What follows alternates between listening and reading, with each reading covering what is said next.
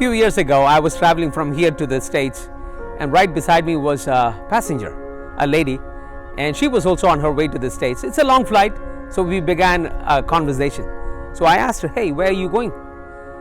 What are you doing? And she said, well, I'm on my way to a university in the US, and I'm pursuing my studies, my research, my PhD in cancer.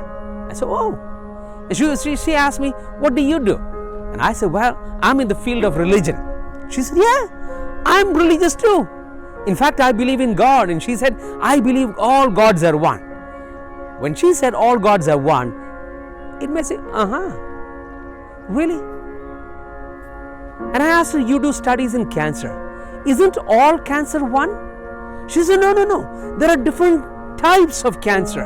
And she said, well, there is the bone cancer, and there is the breast cancer, and there is the blood cancer, and then there is the lung cancer, and then there is the bladder, cancer of the bladder, or the cancer, oral cancer. And she went on. In fact, there are more than 200 types of cancer just for human beings. I didn't know that. But for me, I believe all cancer is the same because I do not know. I haven't done research. I say all is one because of my ignorance. My friends, when you say all gods are one, isn't that true? Sometimes we say because we don't know. Would we use the same argument in any other field?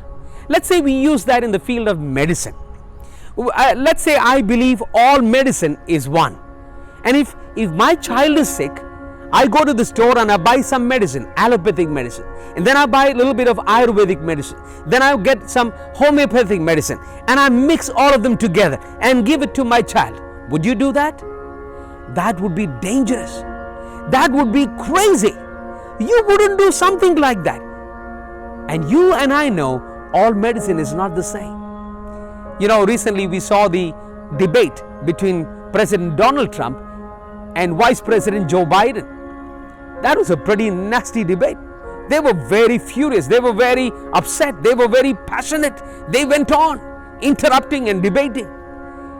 What if I were to tell you all politics is the same?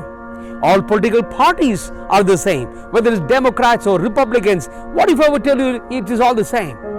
You say no. What if I were to tell you here in India, there's no difference between Congress and BJP? There's no difference between BJP and Janata Dal, or Telugu Desam, or Shiv Sena, or Akali Dal. Friends, the politician will tell you there is a huge difference. Fundamentally, there is a huge difference. What if I were to use the same argument for sports? What if I were to tell you that all sports is just the same? It's a matter of the size of the ball they play with. For table tennis, it is small. For cricket, it's slightly bigger. And for baseball, it's even more bigger. But football is a little bit bigger than a baseball. And basketball is bigger than football. Ultimately, it's all about two teams. They're playing one against the other. It's about hitting the ball there or scoring the goals or the run. What if I would tell you all sports is the same? A sportsman will come and say, that's not true. We are different. When it comes to religion, people say that fundamentally it's all the same. Superficially, we're different. Dr. Ravi Zacharias, a great leader and an author, he went on to say the reverse is true. Fundamentally, we are different, but superficially, we are the same. He says, all religions, when it comes to morality, when it comes to, treating each other well and being kind and giving alms to the poor and living a good life, all of the moral values is pretty much the same. But fundamentally, we are different.